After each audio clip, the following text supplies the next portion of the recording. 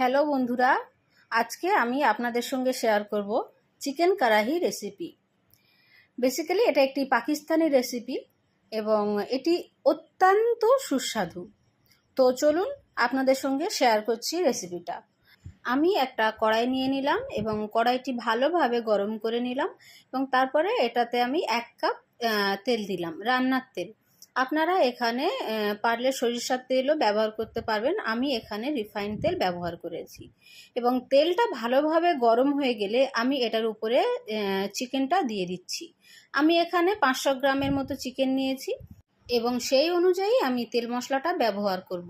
আপনারা যতটা পরিমাণের চিকেন নেবেন আপনারা সেই কোয়ান্টিটি অনুযায়ী তেল মশলাও ব্যবহার করবেন। তো আমি চিকেনটা দুবার নাড়াচাড়া করে নেব এবং তারপরে এটাতে আমি মশলা ব্যবহার করব।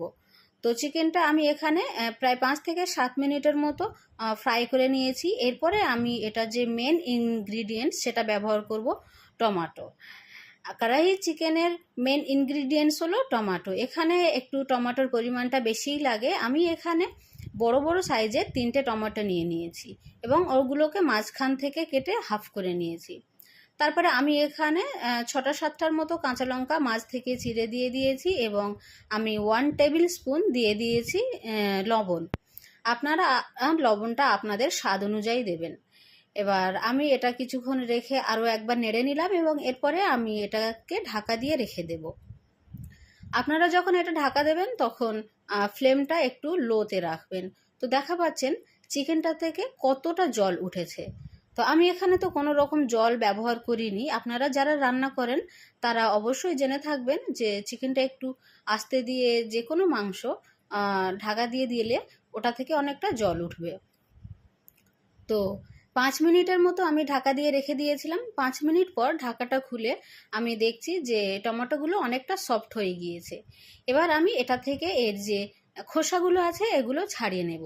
খোসাগুলো ছাড়ানোর চেষ্টা করবেন।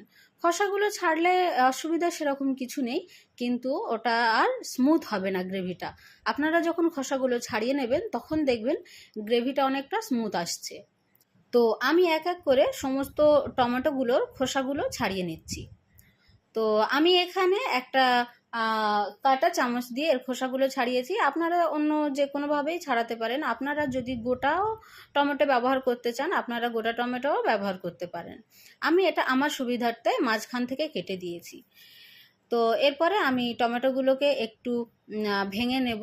আর এগুলো খুব না ভাঙলেও চলবে, কেননা এগুলো যখন একদম নরম হয়ে যাবে তখন এমনিতেই গলে যাবে।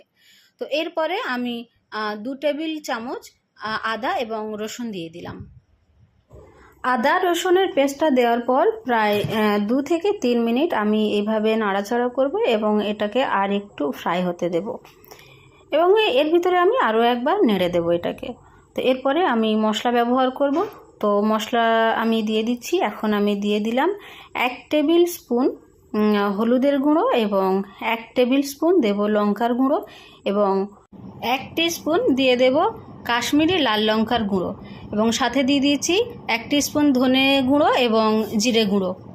আর দিয়ে দেব আমি 1 টিস্পুনের কম গরম মশলা গুঁড়ো। এখানেই আমার মশলা দেওয়া শেষ। এবার আমি এটাকে ভালোভাবে নেড়ে নেব। তো এটাকে বেশ কিছুক্ষণ ভালোভাবে নেড়ে নেবেন এবং অবশ্যই খেয়াল রাখবেন যাতে চিকেনটা কড়াইয়ের গায়ে লেগে না যায়। যেহেতু এটাতে আমরা কোনো রকম জল ব্যবহার করব না, আপনাদের যদি খুবই প্রয়োজন পড়ে তাহলে অবশ্য জল ব্যবহার করতে পারেন, তবে সেটা খুব সামান্য। মনে হয় না যে জলের প্রয়োজন পড়বে। আমরা এটাতে কোনো রকম জলের ব্যবহার করিনি। আরও একটা জিনিস খেয়াল রাখবেন, ওভেনের ফ্লেমটা খুব বেশি হাই করে দেবেন না। আপনারা যদি ওভেনের ফ্লেমটা খুব বেশি হাই করে দেন তখন দেখবেন চিকেনটা কড়াইয়ের গায়ে অনেক সহজেই লেগে যাচ্ছে।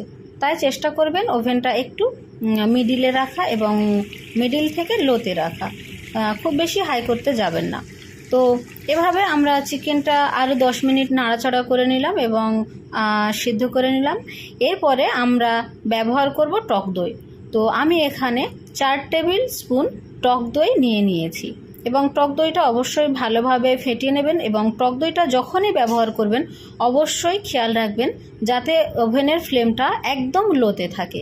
আপনারা যদি পারেন সম্ভব হলে ওভেনটা অফ করে দেবেন, আর অফ যদি না করতে চান তাহলে অবশ্যই ফ্লেমটা একদম লোতে রাখবেন।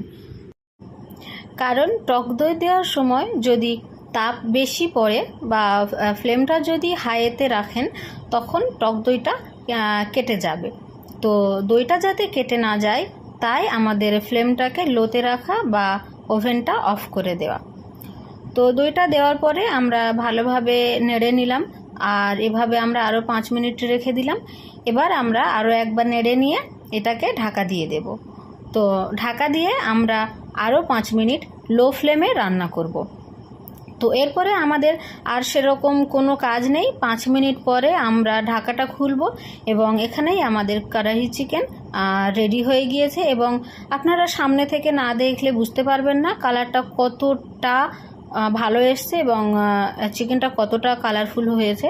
আমার ক্যামেরার সমস্যার কারণে এটা ভালো কালার আসছে না, বাট সামনে থেকে দেখলে বুঝতে পারবেন খুবই সুন্দর একটা কালার চলে এসছে আর খুবই খুবই খুবই টেস্টফুল হয়েছিল রান্নাটা। তো আজকে ছিল আমার এই কড়াই চিকেনের রেসিপি। আপনারা অবশ্যই করে এই রেসিপিটা একবার হলেও ট্রাই করবেন এবং বুঝতে পারবেন কতটা টেস্টফুল এবং কালারফুল হয়েছিল। সো আজকে এই পর্যন্ত, আবার দেখা হবে অন্য কোনো ভিডিওতে। Thank you.